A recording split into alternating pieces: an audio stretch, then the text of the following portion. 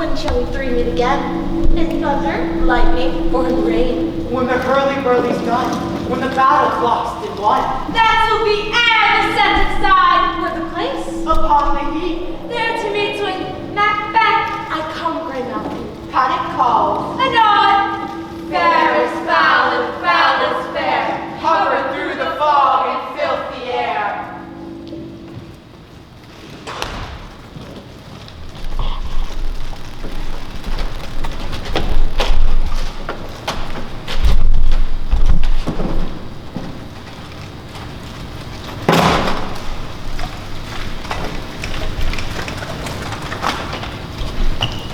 Bloody bad is that? You report as soon as by his plight, the revolt of the new estate.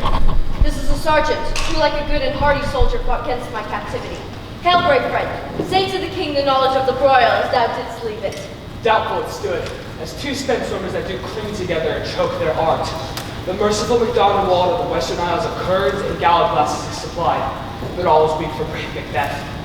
With disdaining fortune in his brandished steel to carve out his passions till he faced the slave, which never shook hands nor bade farewell to him, till he unseamed him from the naves of the chops, and lowered his head upon our battlements.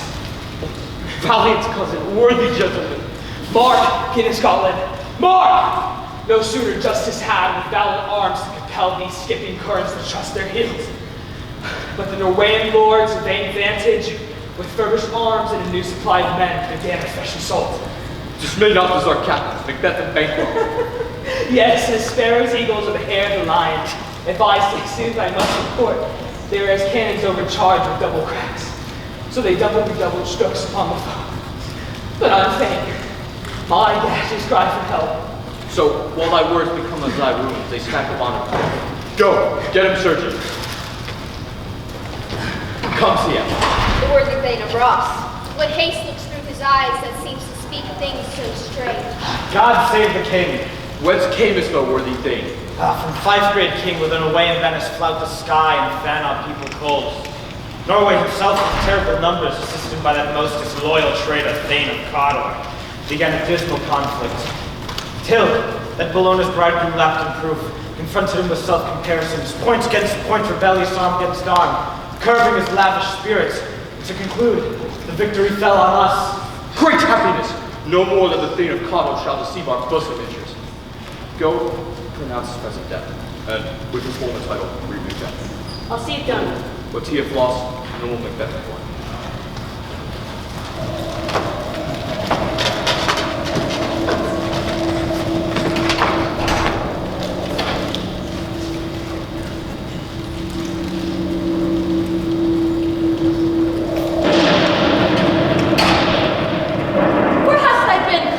killing swine. Sister, where thou? A sailor's wife had chestnuts in her lap, and munched and munched and munched. Give me, quoth I, a right through which to run quick run yet cry. Her husband to a level gone, but in a sieve I'll thither sail. Like a rat without a tail, I'll do, I'll do, I'll do. I'll give thee a wind. Thou art kind. And I another! And I myself have all the other, and the very ports they blow, all the quarters they know in the shipman's guard. I'll drain him dry as hay. Sleep shall neither night nor day. Hang upon his penthouse lid, he shall live a man forbid. Wearisome night, 9 times 9 shall he dwindle, peak and pine, but for his ball cannot be lost. It shall be tempest, tops. Look what I have. Show me, show me. Here, I have a pilot's thumb. Reckless homeward he did come. A drum, Macbeth doth come. The word, sisters, hand in hand, posters of the sea and land, thrust to go about, thrice to thine and thrice to mine, and thrice again to make up 9. Peace, the charm worn down.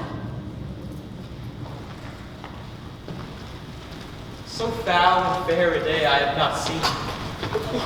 What are these? So withered, so wild in their attire. That not look like inhabitants of the earth, and yet are audience. Live you? Or are you of that maddening question? You seem to understand me by your choppy finger laying upon her skinny lips. Speak, if you can. What are you? All hail Macbeth, hail to thee, Thane of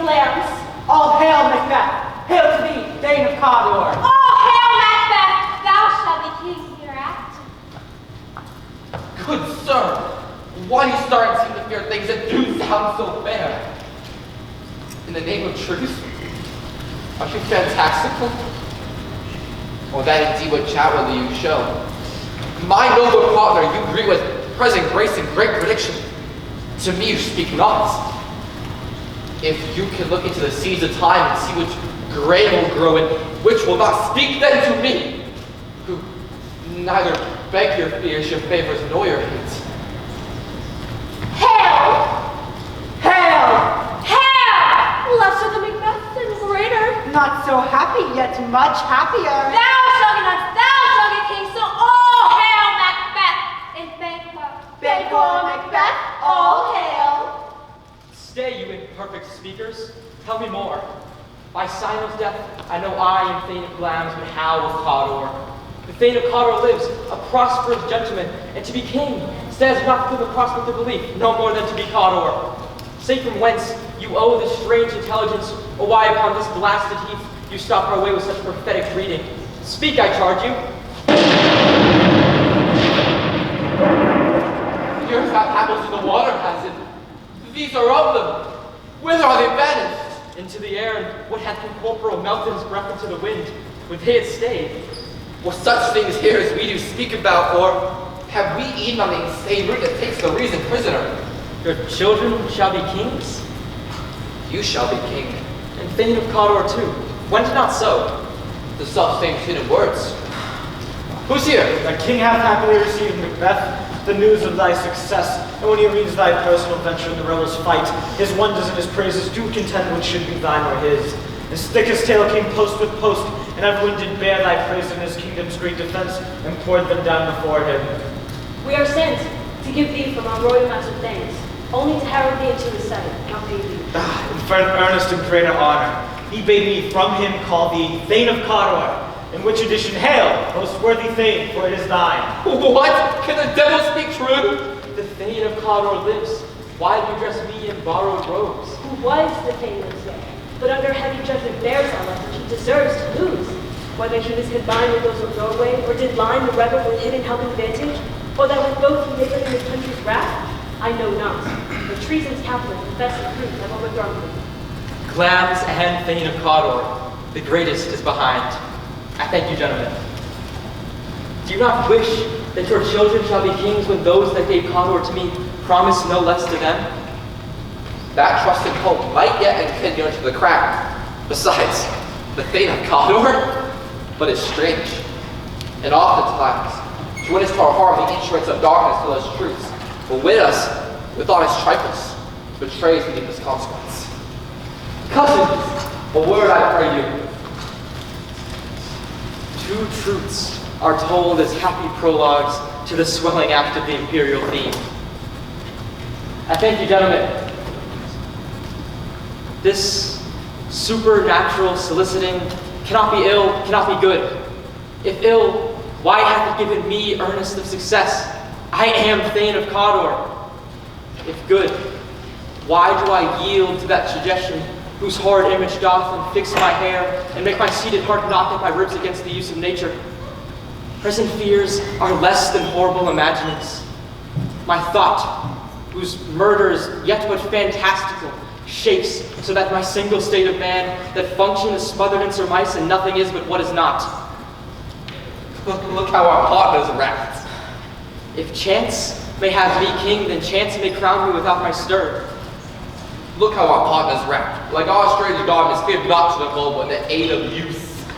Come what come may, time and the hour runs through the roughest day. Worthy Macbeth, we stand upon your leisure. Give me your favor. My dull brain was rocked with things forgotten. Kind gentlemen, your pains are registered to the day I turn the leaf to read them. Let us toward the king.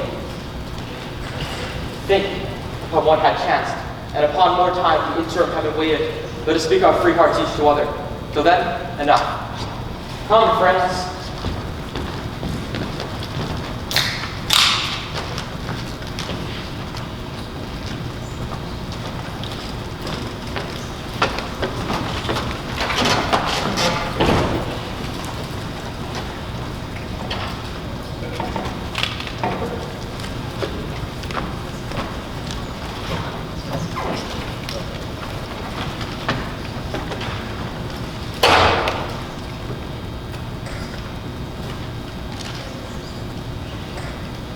His executions on Cawdor are not those in commission yet returned. My lord, they have not come back yet, but I have spoken with one who saw him die who did report them very frankly, they confessed his treasons, implored your highness's pardon, and set forth a deep repentance. Nothing in his life came of it as breathing it, as 'twere a careless trifle. There's no art to find the mind's construction in his face. He was a gentleman on whom I built an absolute trust. Oh, worthiest custom. The sin of my ingratitude even now is heavy on me.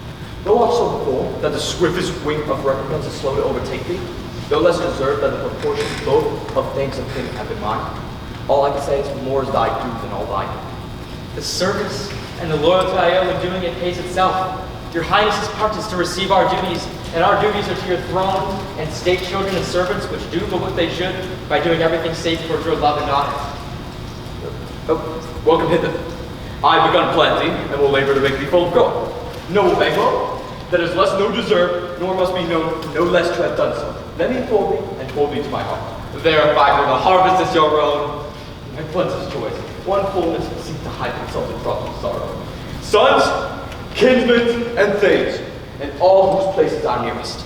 No, we will establish our state upon our eldest, Malcolm, who is named here after the Prince of Cumberland, which honor must not unaccompany the testimony. The signs of nobleness, like stars, shall shine on all visitors. Hence, to Inverness bind us at liberty. The rest is labor not used for you. I'll be myself the harbinger and make joyful the hearing of my wife of your approach. So humbly take my leave. The word to call him. The Prince of Cumberland. That is a step on which I must go believe, or all else fall, for in my way it lies. Stars, hide your fires. Let not light see my dark and deep desires. Let the eye wink at the hand, yet let that be which the eye fears when it is done to see. True, worthy Banquo, he is full so valiant, and in his commendations I'm fed. Is it a banquet to me? Let's after him, whose care is gone before to bid us welcome. It is a peerless kingdom.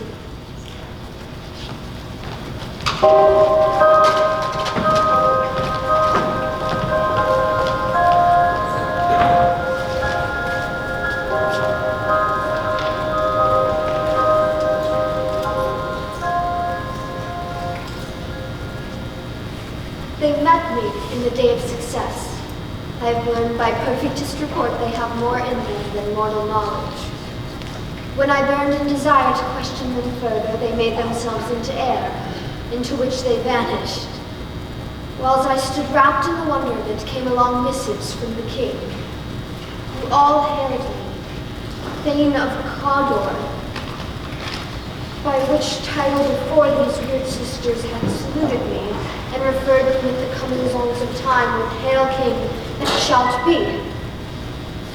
This news I thought good to deliver thee, my dearest partner of greatness, that thou mightst not lose the dues of rejoicing by being ignorant of what greatness is promised thee. Lay it to thy heart in farewell. Great lands and worthy Cawdor, and what thou art promised. Yet do I fear thy nature. It is too full of the milk of human kindness to catch the nearest way. Thou wouldst be great, art not without ambition, but without the illness that should attend it. But thou wouldst highly, that wouldst thou holily, wouldst not play false, yet wouldst wrongly win. Thou'dst have great lands. I be hither, that I may pour my spirits in thine ear and chastise with the valor of my tongue. For all that impedes thee, which fate and metaphysical aid doth seem to be crowned withal. What are your tidings? The king comes here tonight. What? You art mad to say it.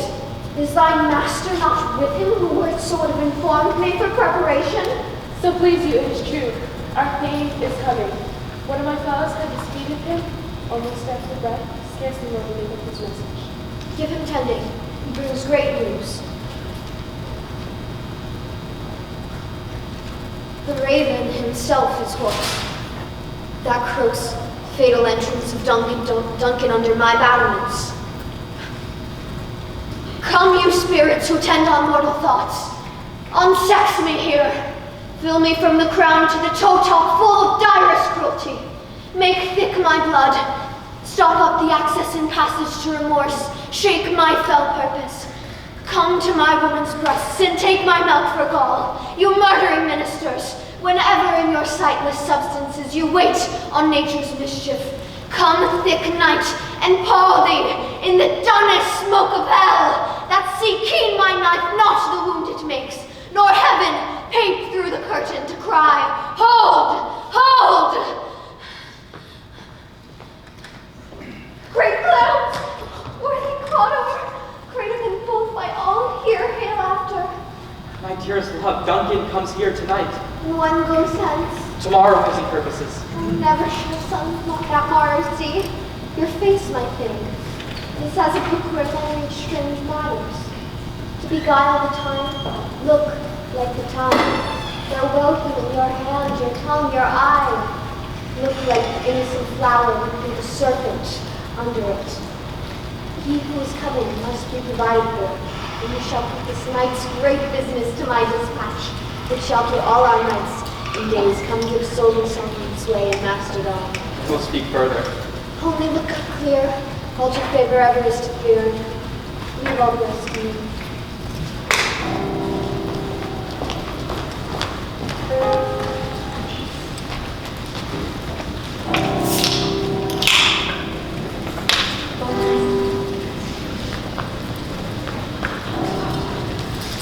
This castle hath the pleasant seats, the air nimbly and sweetly recommends itself upon gentle senses. This guest of summer, the temple-haunting motley, does approve by his love mastery the heaven's breath smells wooingly here.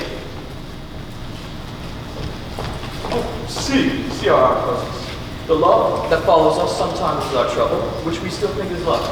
Herein, I teach you how you should bid God, bid us for your pains, and thank us for your trouble. In every point, twice done and then done double. We are poor in signal business to contend against those honors deep and broad with your majesty loads our house. And those of old, and the late dignities heaped up to them, we rest your hands. Where's the Thane of Cawdor? We coursed him at his heels and had purpose to be his bride. But he rides well, and his great love, the Charlotte's myrrh, have helped him to his home before us. Fair and noble hostess, we are your guests tonight. Your servants themselves, and what is theirs to come at your hands is ended. Give me your hand. Conduct me to my house. We love him highly, and she shall continue our graces towards him. By your leave, hostess.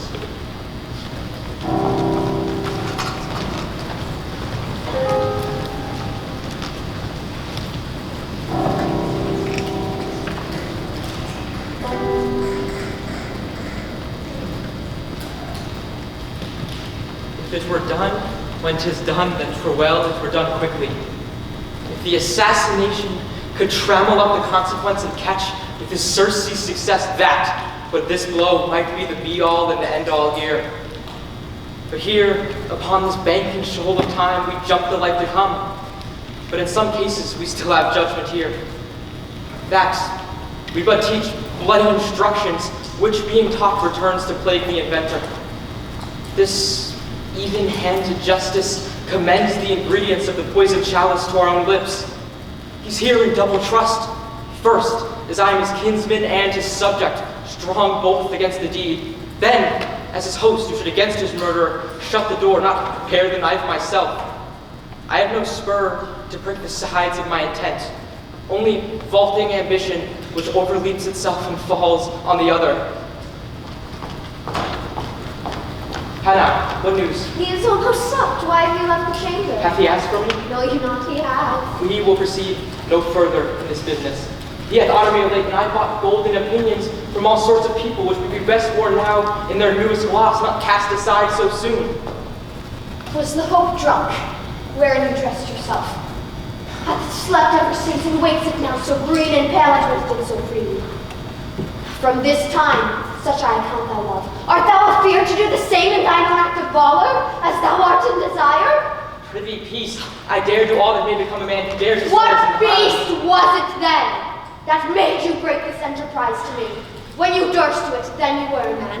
And to be so much more than what you were, you would be so much more than a man. Nor time, nor place did then adhere, and yet you would make both. They have made their fitness, and now that does unmake you. If we should fail, We fail? But screw your courage in sticking to place and will not fail. When Duncan is asleep, whereto his day's hard journey shall rather soundly invite him, I shall with wine and the sail so convince the memory, the water of the brain. What cannot you and I perform upon the unguarded Duncan?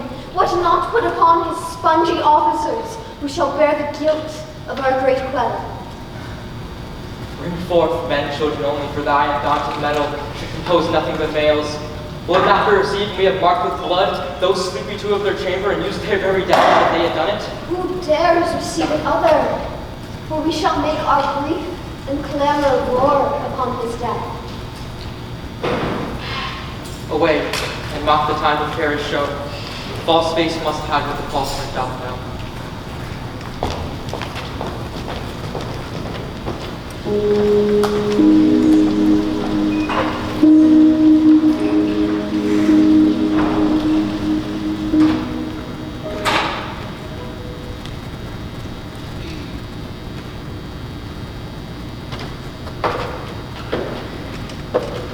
How goes the night, boy? The moon is down. I'm not with the clock. She goes down at 12. I take it it is later, sir. The heavy summons lie like lead upon me if I would not sleep. Merciful powers restrain me and cursed thoughts that nature gives way to in repose. Who goes there? A friend. Oh, what? Sir, not in rest. The king's abetted but unusual pleasure and sent forth great largesse to your offices. Being unprepared, our will became the servant to defect and elder free of rot. All's well. I dreamt last night the three weird sisters. To you they showed some truth.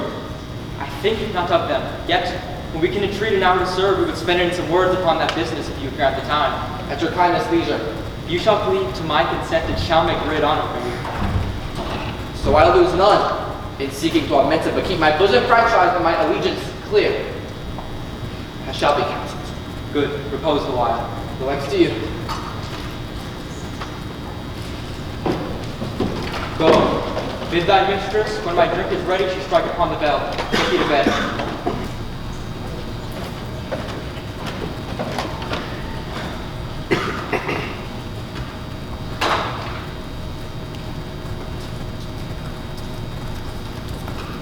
Is this a dagger which I see before me? The handle toward my hand? Come, let me clutch thee.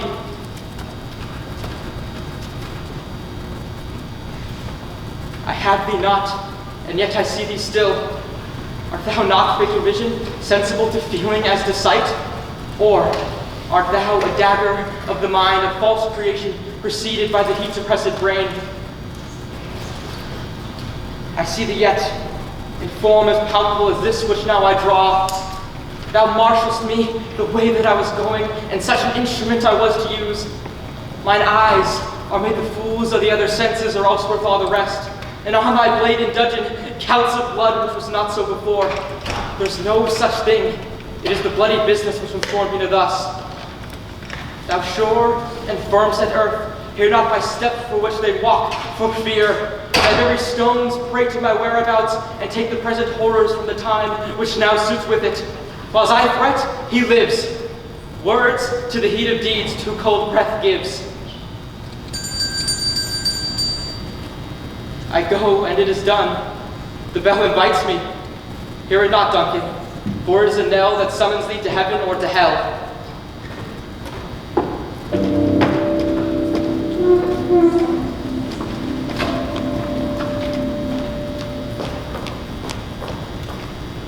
That which hath made them drunk hath made me bold.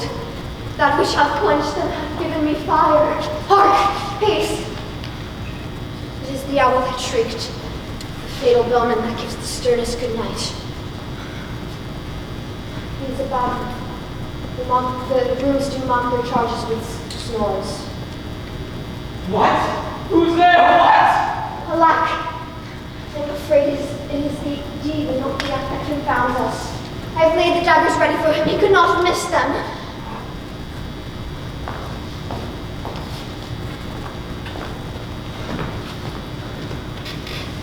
My husband. I have done the deed. Didst thou not hear a noise? I heard the creak creak and the owls cry, did not you speak? When? As you descended. Hark! Who lies in the second chamber? Donovan. This is a sorry sight. Foolish thought to see a sorry sight. There's one did laugh in his sleep, and one cried murder. That they did wake each other, I stood and heard them. But they did say their prayers and addressed them again to sleep. There are two lodged together. Methought I heard a voice cry, murder! Macbeth does murder sleep. The innocent sleep. Sleep that knits up the raveled sleep of care. Death of each day's life, balm of hurt minds, sore labor's bath. Great nature's second course, chief nourisher in life's feasts. What do you mean? Still, it cried, sleep no more to all the house. Glamis hath murdered sleep, therefore Cawdor shall sleep no more. Macbeth shall sleep no more. Who was it that thus cried, worthy thane? Why do you unbend your noble strength to think so brainsickly of things? Why did you bring these daggers from the place they must lie there? Go and smear the sleeping rooms with blood, for it must seem their guilt. I'll go no more. I'm afraid to think of what I have done. Look at it again, I dare not. In firm of purpose, give me those daggers. The sleeping and the dead are but as pictures. 'Tis the eye of childhood that fears a hated devil. If you do bleed, I will gild the sleeping rooms with blood, for it must seem their guilt.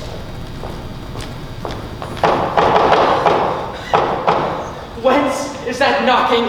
How is it with me that every noise appalls me? What hands are these? They pluck out mine eyes. What? Will all great Neptune's ocean wash this blood clean from my hands? No, they will rather not. The multitudinous seas in Cardinine, making the green ones red. My hands are of your color, but I shame to wear such things. I hear knocking at the south entry. Retire into our chamber. Look not so pale, be not lost so poorly in your thoughts. To know my deed, 'twere best not know myself. Wake me, Duncan, with thy knocking. I would thou couldst.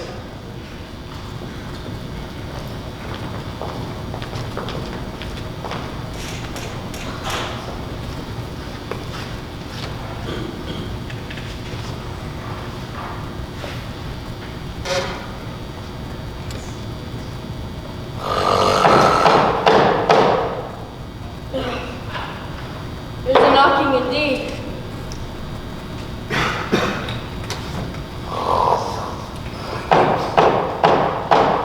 If a man reporter of Hell Gate, he should have old turning the key.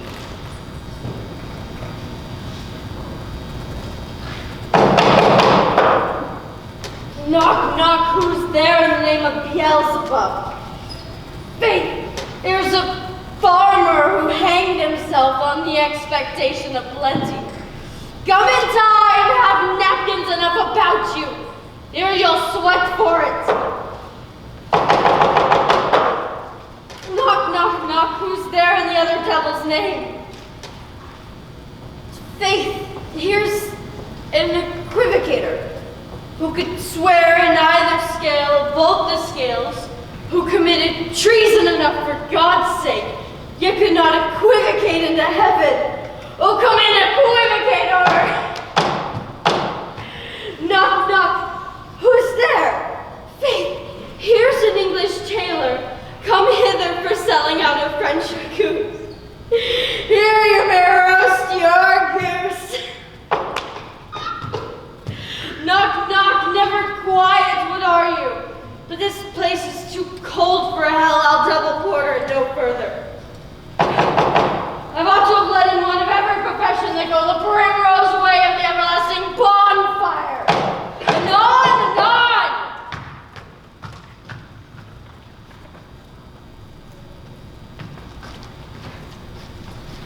I pray you remember the porter. Was it so late, friend, ere you went to bed, that you do lie so late? Indeed, sir, we were carousing until the second cock, and drink, sir, is a great provoker of 3 things. What 3 things does drink especially provoke? Marry, sir, nose painting, sleep, and urine. Lechery, sir, it provokes and unprovokes. It provokes the desire, but it takes away the performance. Therefore, much drink may be said to an equivocator with lechery. It makes him, and it mars him, it sets him on, and it takes him off. It persuades him and disheartens him, makes him stand to, and not stand to. In conclusion, equivocating him sleep and giving him the lie leaves him. Yes, I believe drink gave thee the lie last night. Indeed it did, sir. Though I think being too strong for it, though it took on my legs for some time, I made a shift to cast him. Is thy master stirring? Ah, our knocking has awakened him. See who comes here. Good morrow, noble sir. Good morrow. Is the king stirring, noble thing? Not yet. He's commanded me to call timely upon him. I've almost slipped the hour. I'll bring you to him. I know this is a joyful trouble to you, but yet it is one. The labor we delight in physics pain. This is the door. I'll make so bold to call, for 'tis my limited service. Goes the king hence today? He does. He did appoint so. The night has been unruly. Where we lay, our chimneys blown in, and, as they say, strange lamentings heard in the air. Screams of death. Some say the earth was fevered and did shake. It was a rough night. My young remembrance cannot peril a fellow to it.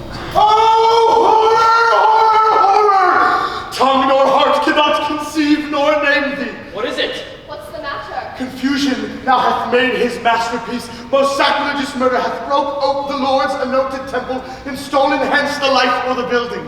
What is it you say, the life? You mean his majesty? Approach the chamber and destroy your sight of the new Gorgon. Do not bid me speak, go and then speak yourself! Awake! Awake! Murder and treason! Malcolm Donalbain! Banquo! Shake that downy sleep, death's counterfeit, and look upon death itself! Up and see the great doom's image! Banquo! Malcolm! Like from your graves, rise and walk like sprites to countenance this horror! Ring the bell! Murder and treason! What? Business! Does such a hideous trumpet call calling the sleepers of this house? Speak! Speak! Fair lady, 'tis not for you to hear what I can speak. Banquo! Banquo!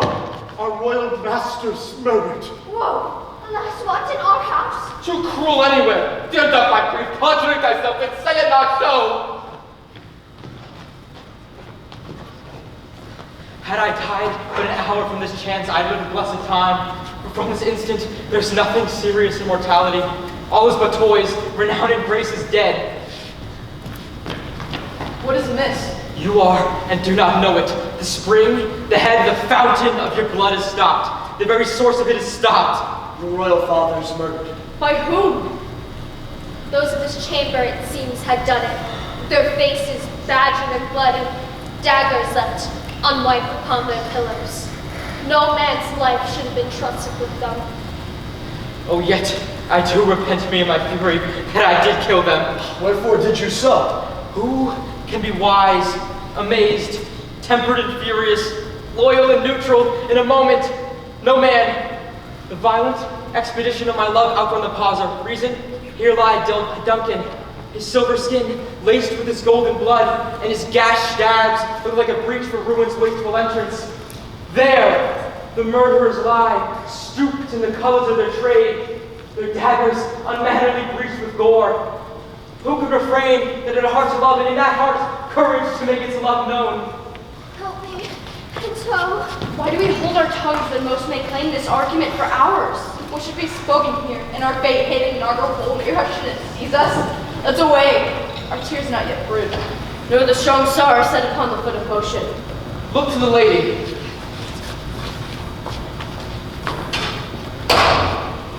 And when we have our naked fealties hid that suffered exposure, let us meet and question this most bloody piece of work to know it further. Fears and scruples shake us.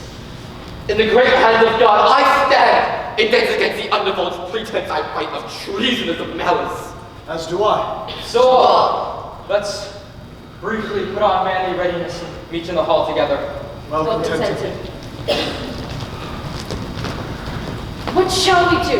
Let's not consort with them. To show a false sorrow is an office which the false man does easy. Out to England, to Ireland, aye. Our separated fortune shall keep us both safer. Where we are, there's daggers blinking men's smiles. The nearer bloody. This murder's shafted shot hath not lightened. Our best chance is to avoid the aim. Come, let's to horse, and not be dainty with leave-taking. Theft is theft, which steals itself when there is no mercy left.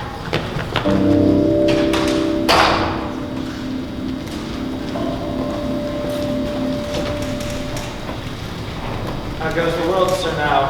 Why? See you not? You did this more than bloody deed. Those Macbeth had slain. Alas, the day, what good could they pretend? They were suborned. Malcolm and Donald, the king's two sons, have stolen away and fled, which puts upon them suspicion of the deed. Thriftless ambition that will raven up thine own lives means, and 'tis most like the sovereignty will fall upon Macbeth. He's already been named, not to Scotland, to be invested. Where's Duncan's body? Carried to Commonfield, sacred storehouse of his predecessors and guardian of their bones. Will you to Scotland? No, cousin, I'll to Fife. Well, I will go there. May you see things well done there. Adieu. May our old road sit easier than our new.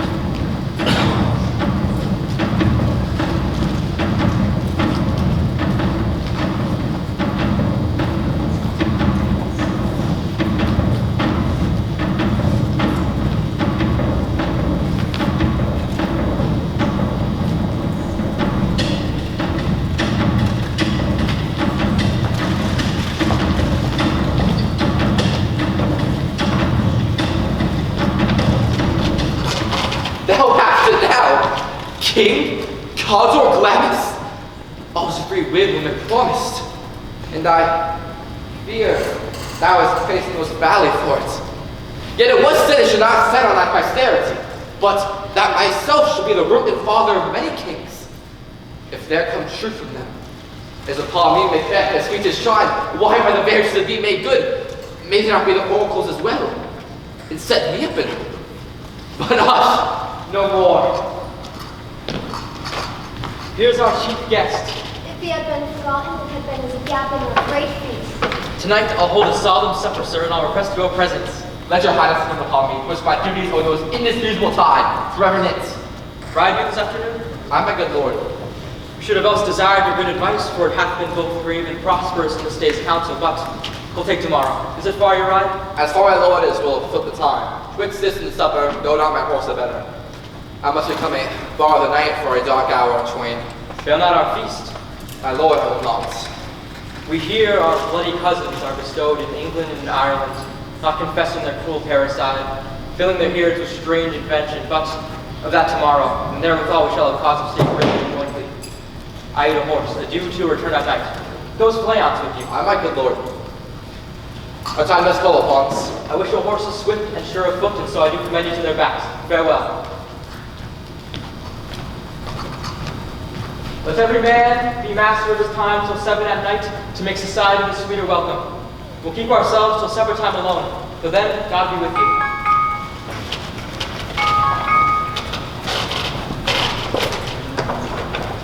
Sirrah, a word with you. Attend those men our pleasure. They are, my lord, without the palace gate. Bring them before me. To be thus is nothing, but to be safely thus. Our fears and bank woes stick deep, and in his royalty of nature reigns that which would be feared. He chid the sisters when they first put the name of king upon me and bade me speak to him. Then, prophet-like, they hailed him, father, to a line of kings. Upon my head they placed a fruitless crown and a barren scepter in my grip, thence to be wrenched with an unlineal hand, no son of mine succeeding. Now I see it is true, for Banquo's issue have I found in my mind, for them the gracious Duncan have I murdered. Was it not yesterday we spoke? It was, so please, your highness. Have you considered my speeches? Know that it was he in times past who held you so under fortune, which you had thought to be our innocent self. You made it known to us. I did so, and went farther, which is now our point of second meeting. Do you find your patience so predominant in your nature that you can let this go? I am one, my liege, whom the vile blows and buffets of the world hath so incensed that I am reckless what I do despite the world. And I, so weary of disaster and tugged with fortune that I would set my life on any chance to mend it or be rid on it. Both of you know Banquo was your enemy. True, my lord. So is he mine, and in such bloody distance that every minute it is being thrust against mine nearest of life. And thence it is to your assistance that I do make love, masking the business from the common eye for sundry weighty reasons. We shall, my lord, perform what you command us. Though our lives... Your spirits shine through you. Within this hour at most, I will advise you where to plant yourself. Acquaint yourself with the perfect spy of the time, the moment on it, for it must be done tonight. And something from the palace. Always thought I require clearness. And with him, Leon's his son, who keeps him company, whose absence is no less material to me than as his father must too embrace the fate of that dark hour. Resolve yourselves apart. I'll come to you anon. We are resolved, my lord. Abide within.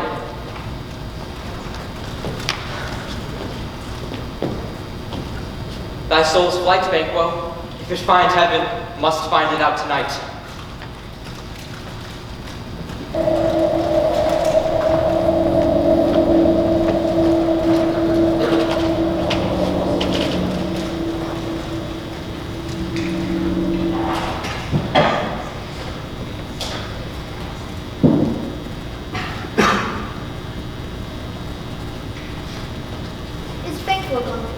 A madam but returns again tonight. Say to the king I would like to attend his leisure for a few minutes. Madam, I will.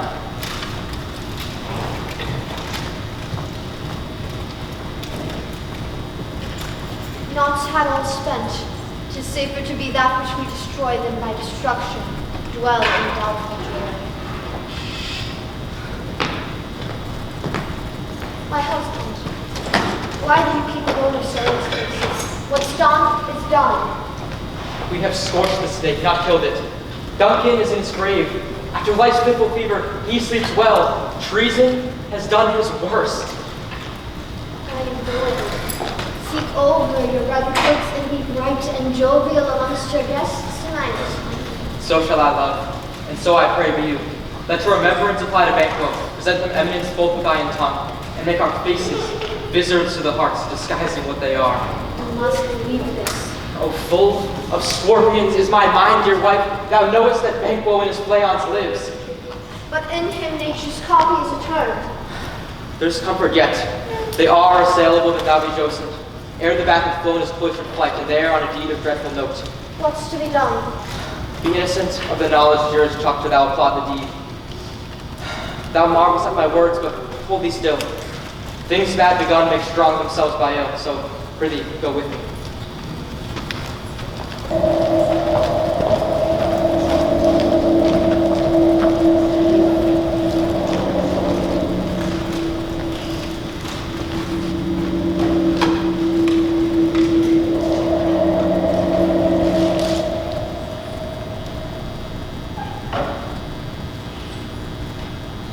Who did bid thee join with us? Macbeth.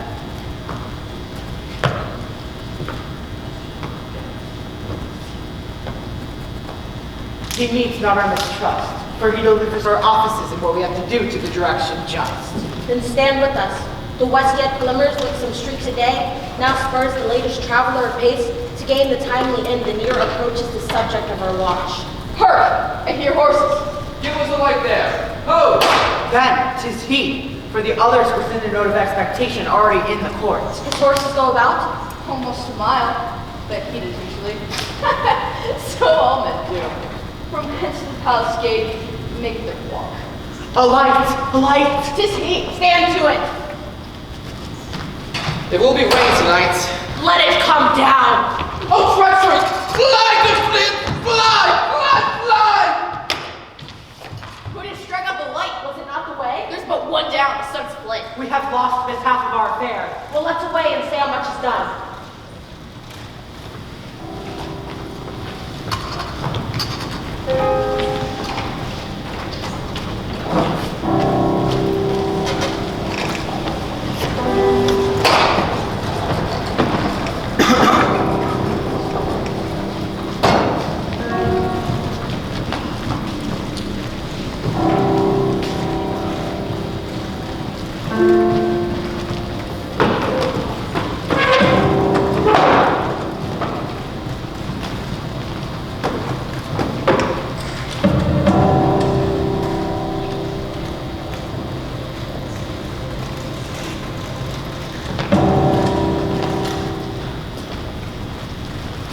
You know your own degrees.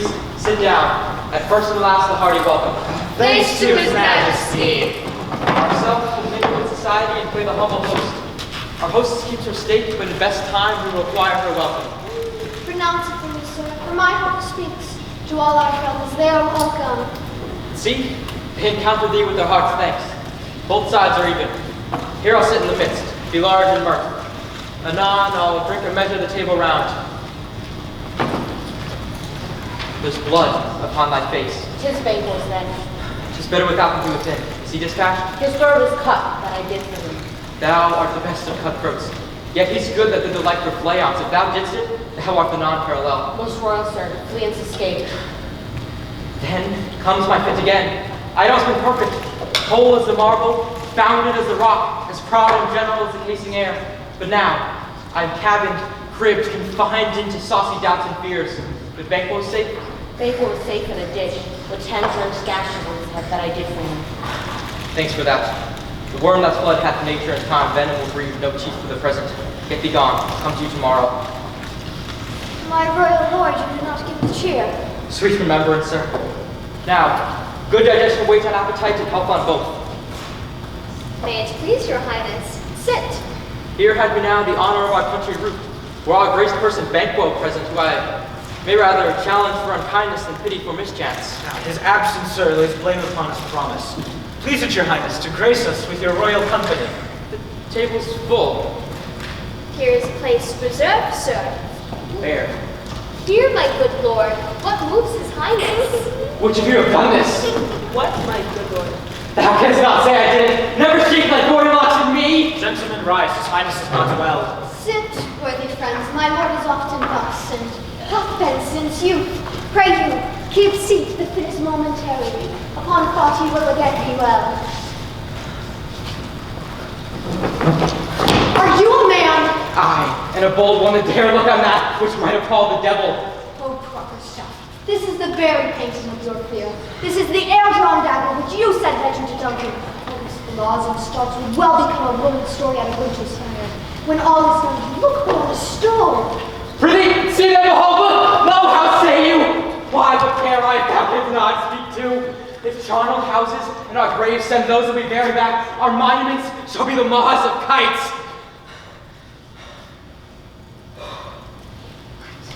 White unmanned folly. I stand here, I saw him.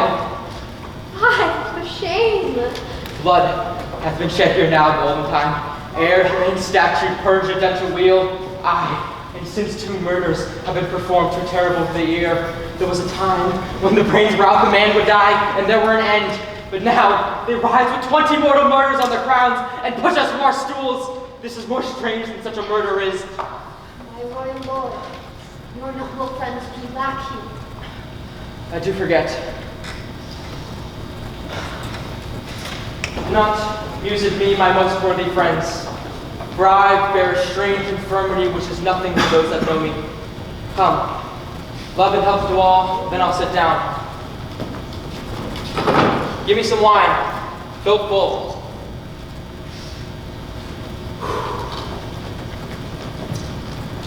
I drink to the general joy of the table, and to our dear friend Banquo, whom we miss. Would he were here. To all until we thirst, and all to all. Our duties in the pledge.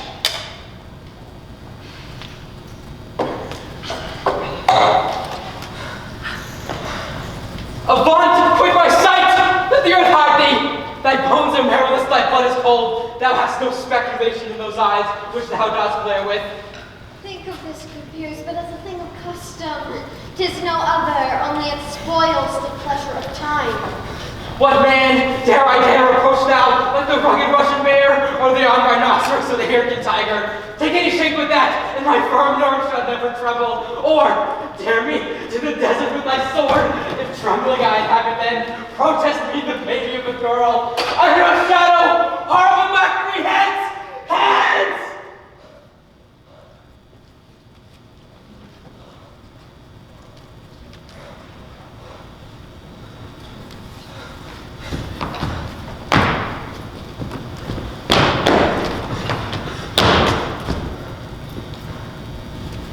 Why, so being gone, I am a man again. Pray you, sit still. You've displaced the mark and broke the meeting with most admired disorder. Can such things be, and overcome us like a summer's cloud without our special wonder? You make me strange, even to the disposition that I owe. When now I think, behold such sights give the natural ruby of your cheeks, when mine are blanched with fear. What sights, my lord? Pray, speak not. Question enrages. Leave not upon the postcone, but go at once. Well, good night, and better health attend his majesty. Kind good night to all. It will have blood, they say. Blood will have blood. Stones have been known to move, and trees to speak. What is the night? That all's with morning. Which is which? What sayest thou? That Macduff denies his person at our great bidding. Did you send for him, sir? I still think of it, you know, but I will send. There's not but to one of them in his house I keep a servant feed. I will tomorrow, and betimes I will to the weird sisters. More shall they speak, for now I am bent to know by the worst means the worst. You lack all seasons and natures. Sleep.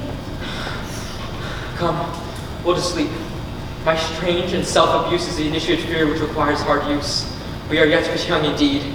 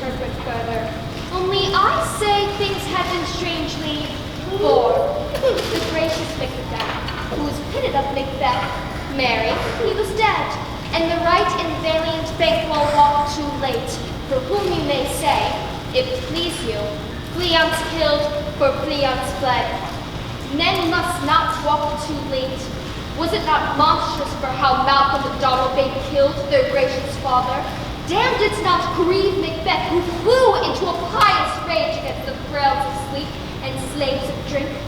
Was that not nobly done? But peace. I hear Macduff hath met. Sir, where can you tell me if he bestows himself? the son of Duncan, from whom this tyrant's holes will do occur, lives in the English court and is received of the most pious Edward with such grace, that the melons of fortune nothing takes from his high respect. Thither Macduff has gone to pray the holy king upon his aid, to wake Northumberland and warlike seaward, that, by the help of these, with him above to ratify the work, we may again give to our tables meats, sleep to our nights, free from our feasts and bloody banquet knives. Do faithful homage and receive free honors that have so exasperated the king that he prepares for some attempt of war. Sent he for Macduff? He did, and with an absolute "Sir, not I," the cloudy messenger turns me his back and hums, as who should say, "You'll rule the time that clouds me with this answer." May some holy angel fly to the cause of England and bestow the truth to save this suffering country from dying under a hand of curse. I'll send my prayers.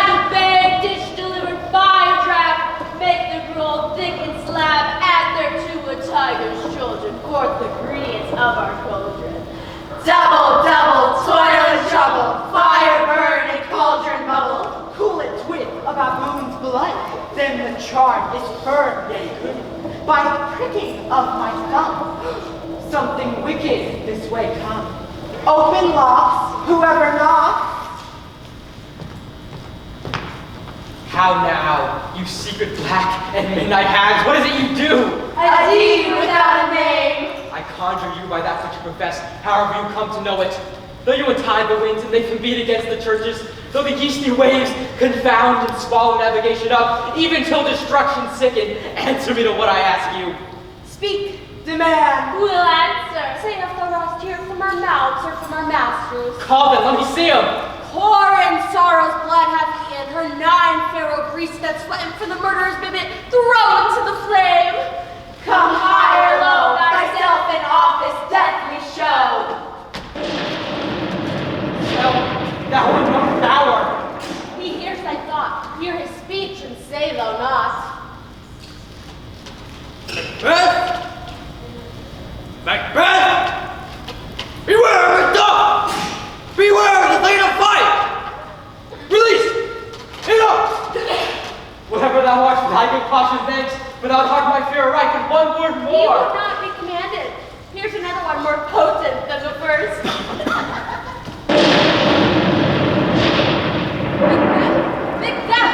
Macbeth! Have 3 years, I hear thee. The bloody bulls in the residence, left to scorn the power of man, for none of woman born shall harm Macbeth. Then live thee, Macduff, what need I fear of thee? But yet, I'll make assurance double sure and take a bond of faith. Thou shalt not live, that it may tell pale-hearted feared lies and sleep in spite of thunder.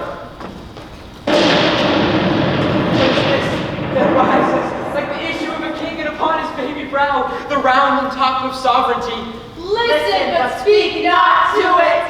Be lion-mettled, proud, and take no care who chafes, who frets, or where conspirers are. Macbeth shall never vanquished be, till great Burnham wood to high Dunsinane hill shall come against him. Who can impress the forest? Bid the tree unfix his earthbound roots. Sweet bottom, it's good, rebellious dead, rise never to the wood of Burnham rise, and there, our high place Macbeth shall live the lease of nature, pay his breath to time and mortal custom. But my heart throbs to know one thing. Tell me, if your art can tell so much, will Banquo's issue ever reign in this kingdom? Seek to know no more. Deny me this, and an eternal curse fall on you. Tell me now. Show.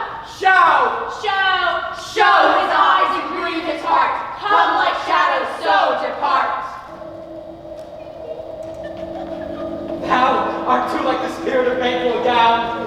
Thy gold brow to sear mine eyebrows and thy hair. Thy golden brows at the first, the third is like the former.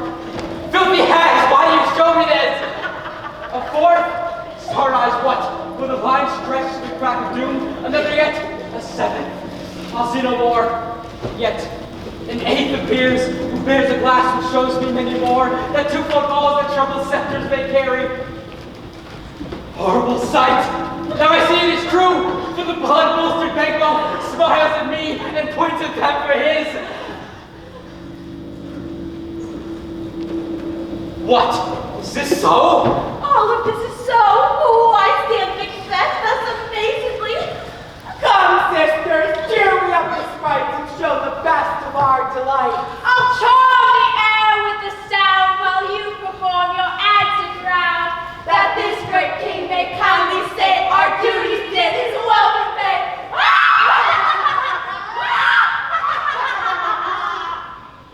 Where are they gone? That this pernicious hour stand I accursed in the calendar. Come in without there. What is it, my lord? Saw you the Ware sisters? No, my lord. Came they not by you? No, indeed, my lord. Infected. They were on the air that ride, and damn those that trust them. I did hear galloping of horse. Who was it came by? 'Tis 2 or 3 that bring the word Macduff hath fled to England. Fled to England. Aye, my lord. Time. Thou anticipatest my dread exploits. The castle of Macduff I will surprise. Lay siege upon Fife. Give to the edge of the sword his wife and babes, and all unfortunate souls that trace in his line. No boasting like a fool. This deed I'll do before this purpose cool. Show me where these gentlemen are. Bring me before them.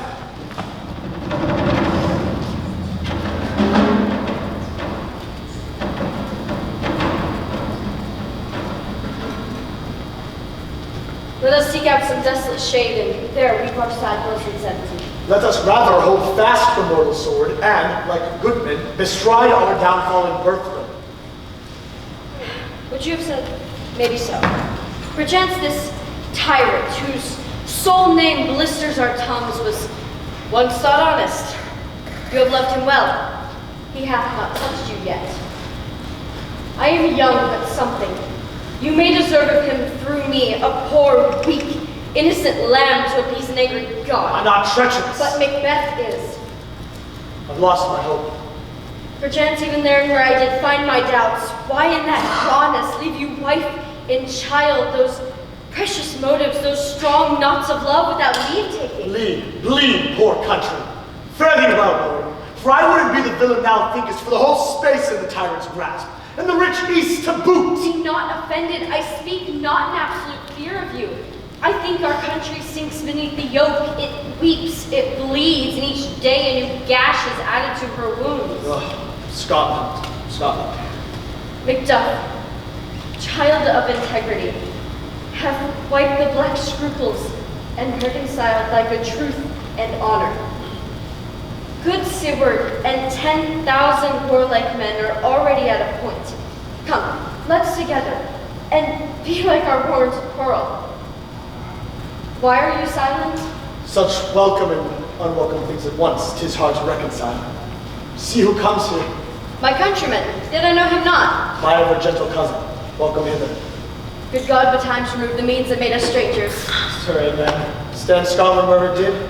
Alas, poor country, most afraid to know itself, cannot be called our mother, but our grave, where nothing but who knows nothing is one soon to smile.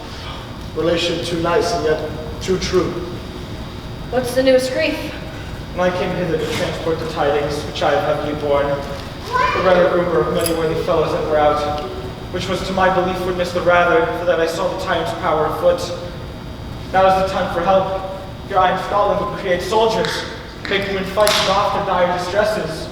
Be it their comfort, we are coming thither. Gracious England hath lent us good seaward, and 10,000 men, an older and better soldier none that Christendom gives out. Oh, would I could answer this comfort with the like, but I have words that will be held out in the desert air where hearing should not latch them. Well, what concerns they? Is it the general cause, or is it a fee grief due to some single breast? No mind that's honest within it shares some woe, though the main part pertains to you alone. If it be mine, keep it not from me. Quickly, let me have it. Your castle is surprised. Your wife and babe savagely slaughtered. To relate the manner whereon the quarry of these murdered deer to add to the death of you. Merciful heaven, what men never put a hat upon your brows. Speak sorrow words. The grief that does not speak whispers over for a heart and bids it break. My children too. Why, children, servants, all that can be found. I had to be from thence. My wife killed too. I have said.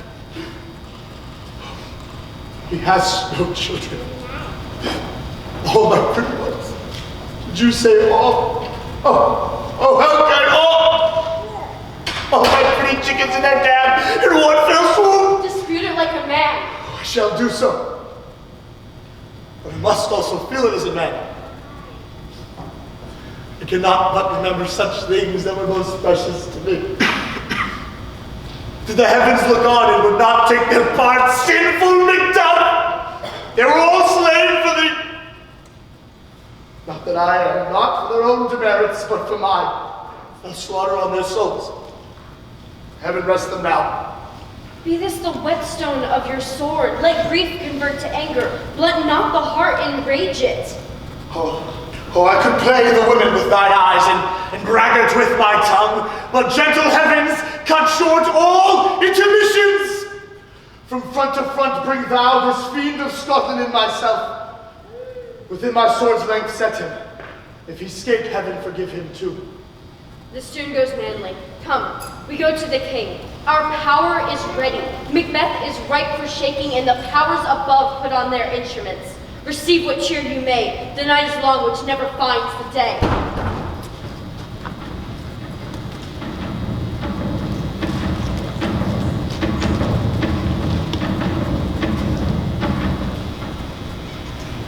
I have 2 nights watched you, but I can perceive no truth in your report. When was it she last walked? Since His Majesty went to the field, I've seen her rise from her bed, pull her nightgown upon her, go to her closet, take forth paper, fold it, write upon it, read it, afterwards seal it, then return to bed, but all this while in a most fast sleep. A great perturbation in nature to receive at once the benefit of sleep and to the effects of watching. In this slumbery agitation, besides her walking and other actual performances, what at any time have you heard her say? That which I will not report after. You may to me, and 'tis most meet you should. Not to you nor anyone, with no witness to confirm my speech. Look you, this is her very guise, and upon my life asleep. Observe her and stand close. How came she by that light? Why, it stood by her. To have a light by her continually, 'tis her command. You see her eyes are open. Aye, but their senses are shut. What is it she does now? Look how she rubs her hands. It is a custom action to seem as if washing her hands. I have seen her continue this quarter of an hour. Yet, here's a spot. Hark, she speaks. I will set down what comes from her to satisfy my remembrance the more strongly. Dim spot, I say, one too wide then. Do you mark that? The Thane of Fife had a wife. Where is she now? Go to. Go to, you have known what you should have not. She has spoken what she should not. I am sure of that. Heaven knows what she knows. Tell you yet again, Banquo is buried. He is in his grave. He could have taught us. Even so.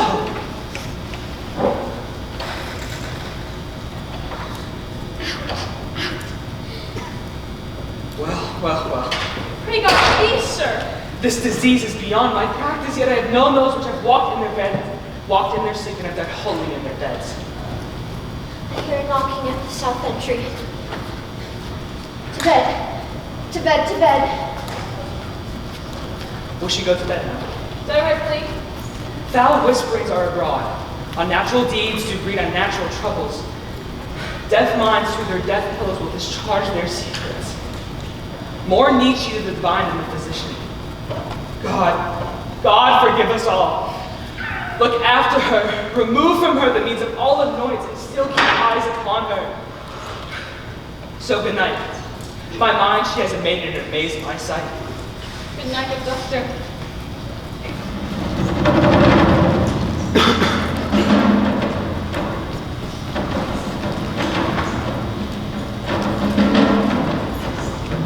The English power is near, led on by Malcolm, Visible Seward, and the great Macduff. Revenge is burning them, for their dear causes was the bleeding, and the grim alarm excite the mortified man. Near Burnham Wood shall we well meet them. That way are they coming. Who knows if Donalbain be with his brother? For certain, sir, he is not. I have a list of all the gentry. There is Seward's son and many unrough youths that have yet to proclaim their thirst of manhood. What is it? Pirates? Great Dunsinane. He strongly fortifies. Some say he's mad, others that lesser hate him do call it valiant fury. But for certain, he cannot buckle his distempered cause within the belt of rule. Now does he feel his murder sticking on his hands. Now minutely revolts upbraid his faith breach. Those he commands move only in command, nothing in love. Now does he feel his title hang loose about him, like a giant's rope on his dwarfish sleeve. Who, then, shall blame his peasant senses to recoil and start when all that is within him does condemn itself for being there? Well, march we on, to give obedience where 'tis truly owed. Meet we the medicine of the sickly will, and with him pour we in our country's courage, each drop. So many as it needs to dew the flower and drown the weeds. We make our march towards Burnham.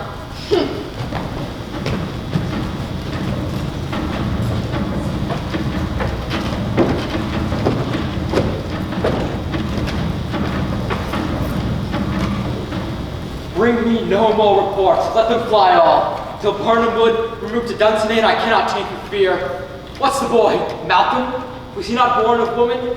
The spirits that know all mortal consequences have pronounced me thus. Fear not, Macbeth, for no man that's born of woman shall ever have power upon thee. The devil damn thee black, thou cream-faced loon, where got that goose look? There's 10,000! Geese, villain, Soldiers, sir. go, prick thy face, and overread thy fear, thou little-livered boy. What soldiers packed? Death of thy soul! Those winning cheeks of thine are counselors to fear. What soldiers wave face? The English force so please you. Take thy face hence. Satan, I am sick at heart when I behold. Satan, I say, this bush will cheer me ever or deceive me now. Satan! What's your gracious pleasure? How now, what news? All is confirmed, my lord, which was reported. Bring me my armor, I'll fight before my bones, my flesh be hacked. Tis not needed yet. I'll put it on, gather the horses, stir the country round, hang those that talk of fear. How does your patience, doctor? Not so sick, my lord, as she is troubled with thick-coming fancies that cloud her from her sleep. Canst thou not minister to a mind deceased? Pluck from the memory a rooted sorrow, raise out the written troubles of the brain, and with some sweet, oblivious antidote, cleanse the stuffed bosom of that perilous stuff which weighs upon the heart? Therein the patient must minister to himself. Throw physics to the dogs, I'll none of it. Satan, send out. Doctor, the thanes fly from me. If thou could, cast the water of my land, find your disease and purge it to a sound and pristine health. If thou could, I would applaud thee to the very echo that should applaud again. Pull it off, I say. What? Rhubarb, senna, or what purgative drug would scour these English hence? Hearest thou of them? Aye, my good lord. Your royal preparation makes us hear something. Bring it out to me. I'm not afraid of death in vain, to Burnham would remove to Dunsinane. Were I from Dunsinane, away and clear, profit again should hardly draw me here.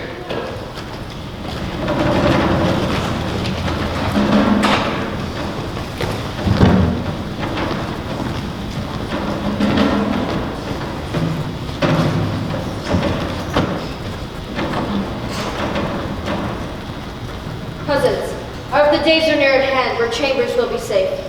We doubted nothing. Well, what is this before us? Wood of Burnham. Let every soldier hew him down a bow and bear it before him.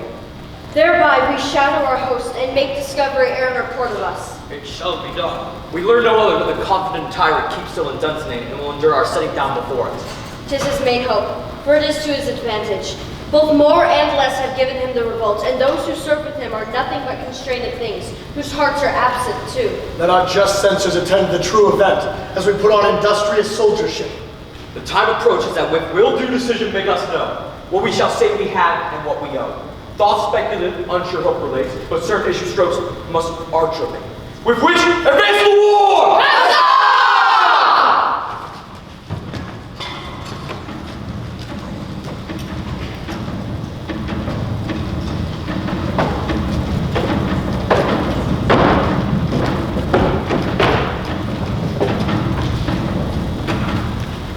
Hang out our banners on the outward wall. The cry is still, they come. Our castle's strength will not besiege to scorn. Here let them lie, till famine and the ague eat them up.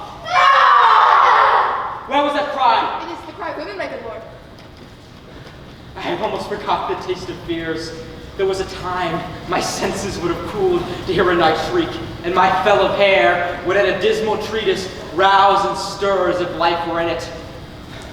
Direness, familiar to my slaughterous thoughts, cannot once start me. Whenceforth was that cry? The queen, my lord, is dead.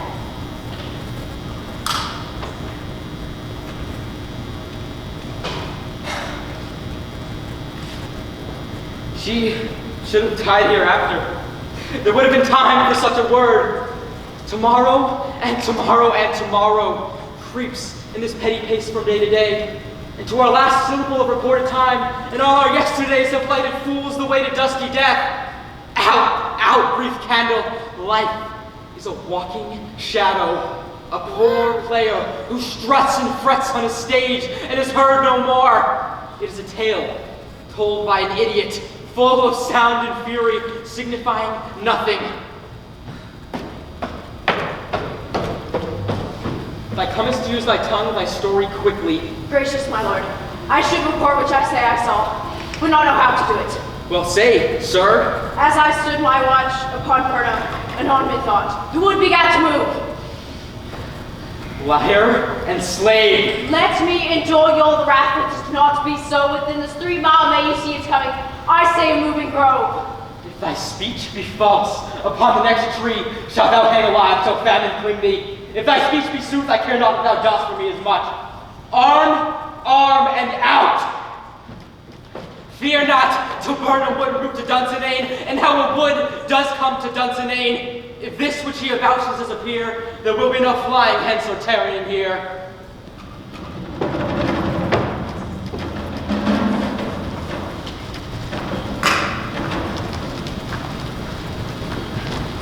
Now near enough. Throw down your leafy screens and show those like you are. You, worthy uncle, shall with my cousin lead our first battle.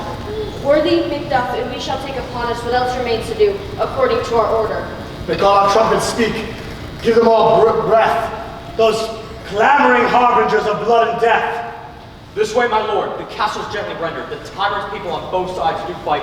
The noble thanes do bravely in the war, and the day almost confesses itself to you, and little is to do. And to serve the castle! No!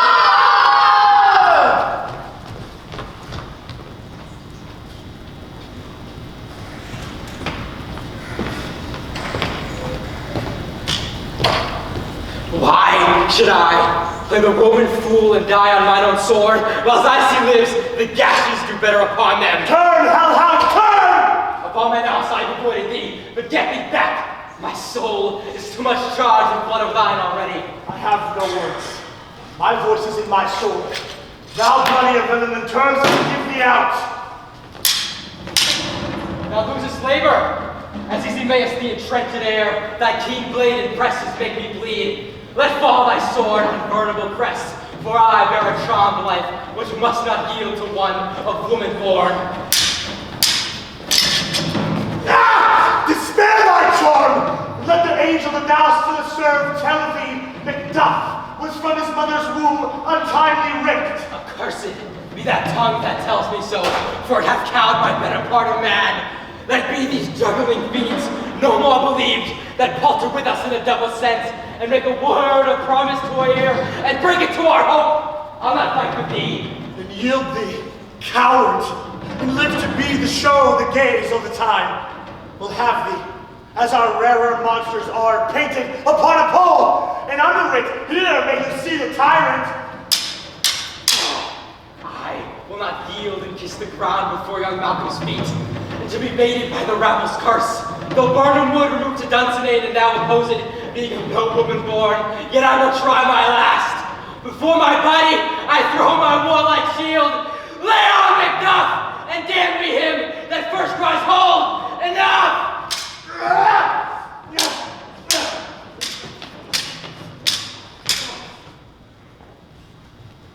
I wish the friends we missed were safe arrived.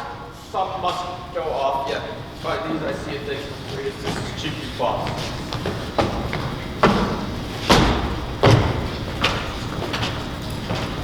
Hail, King of Scotland, for so thou art.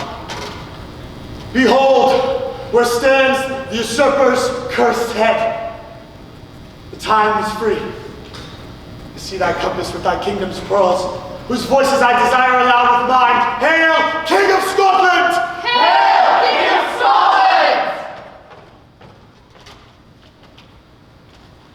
We shall not spend a large expense of time before we reckon with your several loves and make us even with you.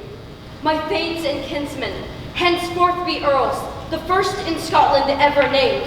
What's more to do, which shall be planted newly with the time, as we invite home our exiled friends abroad that fled the snares of watchful tyranny, of this dead butcher and his fiend-like queen, who, as it is thought, by self-inviolate hands, took off her own life.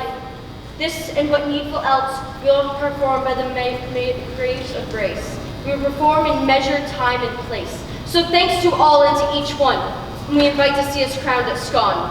Hail, King of Scotland!